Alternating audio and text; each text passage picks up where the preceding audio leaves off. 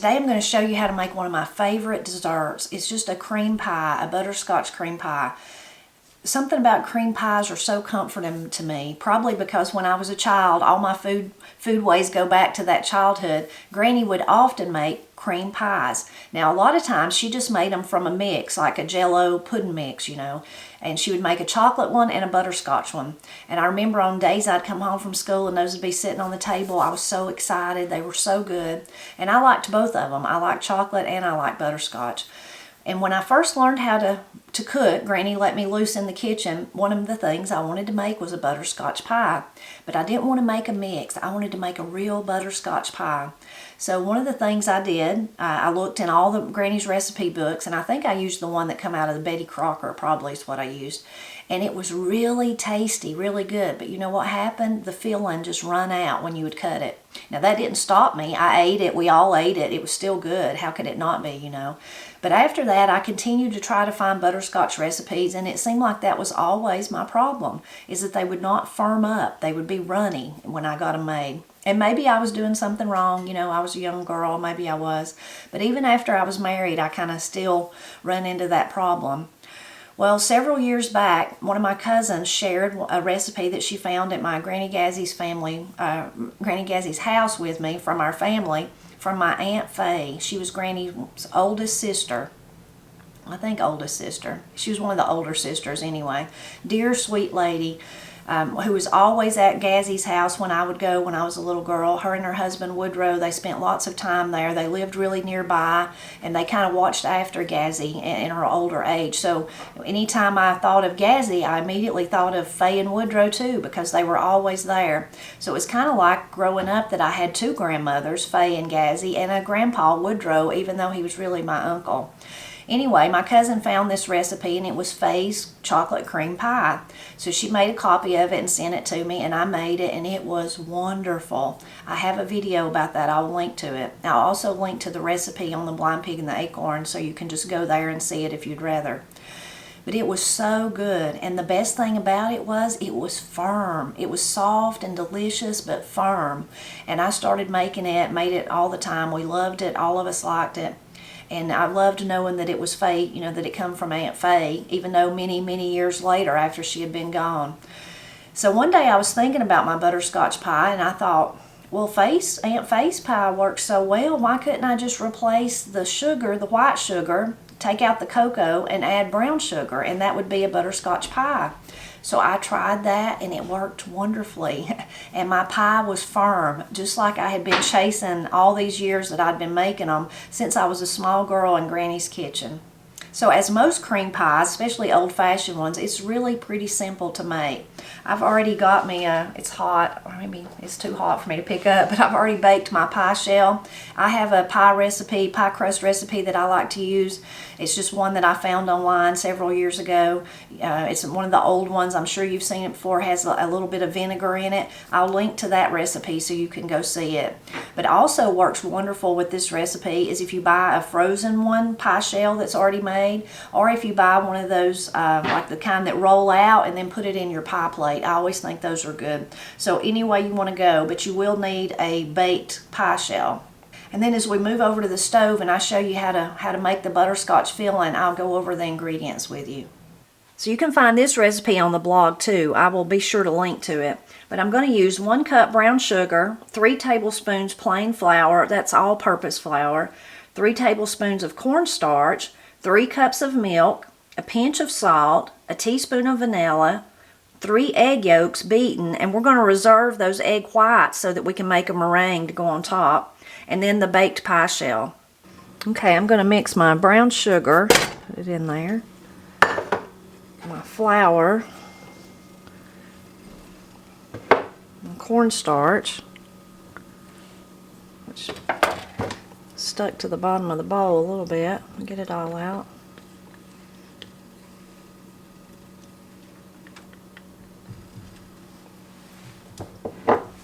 And a pinch of salt.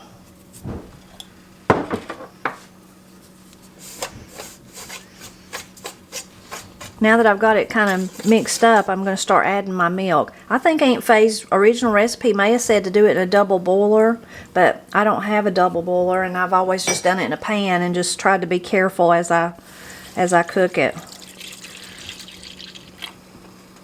So I'll add a little bit and then add the rest.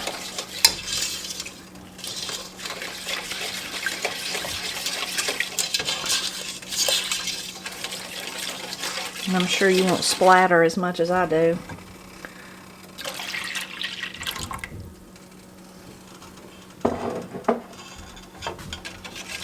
So we're just going to cook this for a few minutes until it begins to get thick.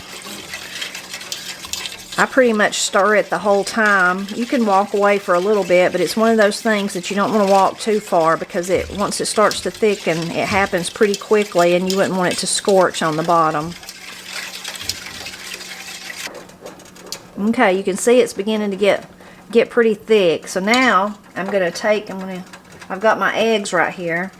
I'm going to take some of the mixture out, it doesn't really matter how much, not too much, and put it into my eggs to temper them, and then put it back in there. Well, I'm going to add the eggs back in with everything else.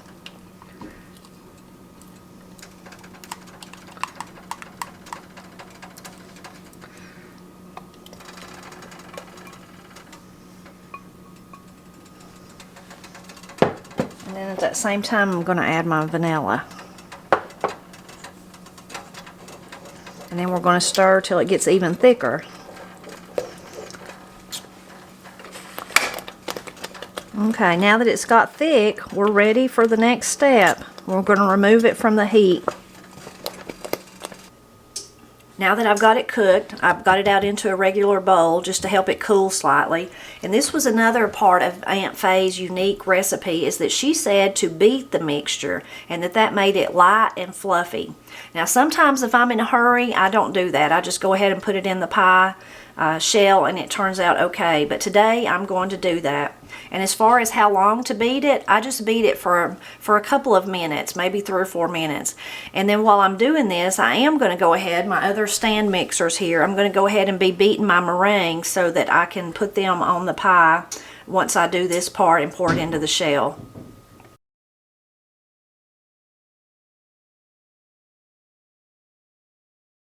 Okay, now I'm ready to pour the filling in, and I'm sure your pie shell will be prettier than mine is.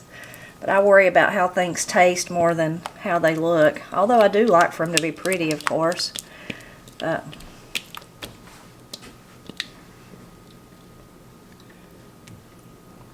as far as for meringue, the way I do mine, there's lots of recipes out there, especially recipes that help you get those big woof, kind of looks like a wave of meringue that is so pretty. Mine never looks like that. But I just use the egg whites, a little pinch of cream of tartar, and then sugar to taste, which is usually about maybe 2 tablespoons, something like that. So now I'm ready for the meringue.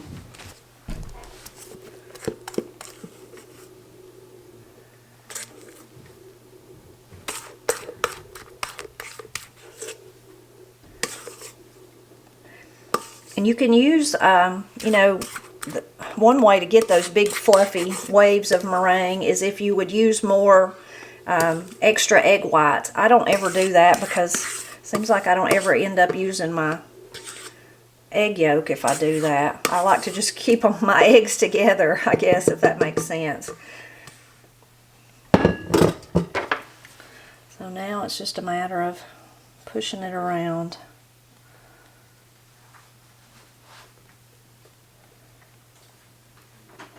The hardest part about this pie, it's really easy, is putting it in the refrigerator and waiting for it to chill. That's the hardest part. Sometimes I can't do that, but I will today. Now my only design, like I said, I love those, kind of the wavy meringues are so pretty, but the only thing I do is use the back of my whatever I'm putting it on with to kind of pull up, put down and pull up. It gives it a little bit of definition. Certainly not those big beautiful waves that you see in magazines and things like that. Okay, we're going to put it in the oven and we're going to let the top brown.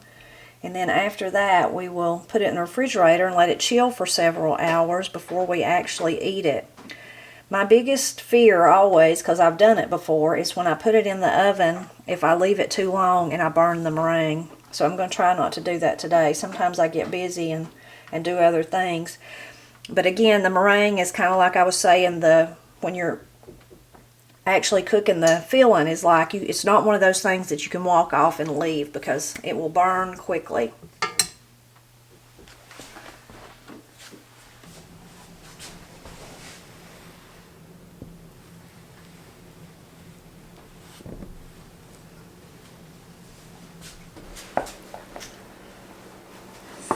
Are you sweating?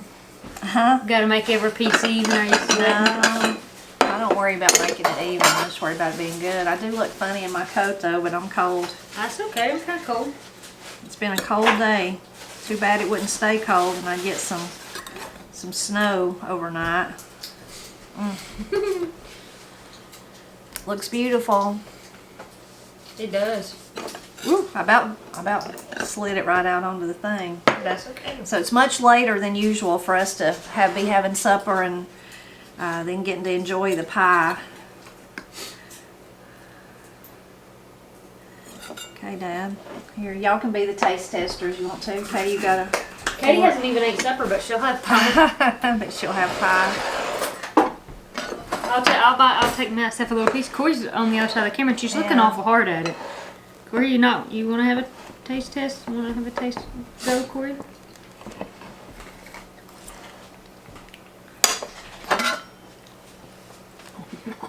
Oh. Mmm. And you know something? I don't even love butterscotch, but that's good. Give me a fork, Katie. I don't even have a fork. Very, very good. Wow. Oh my gosh.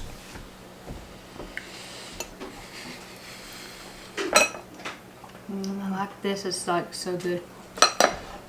So good. Very. Make you slap your granny. Slap your granny.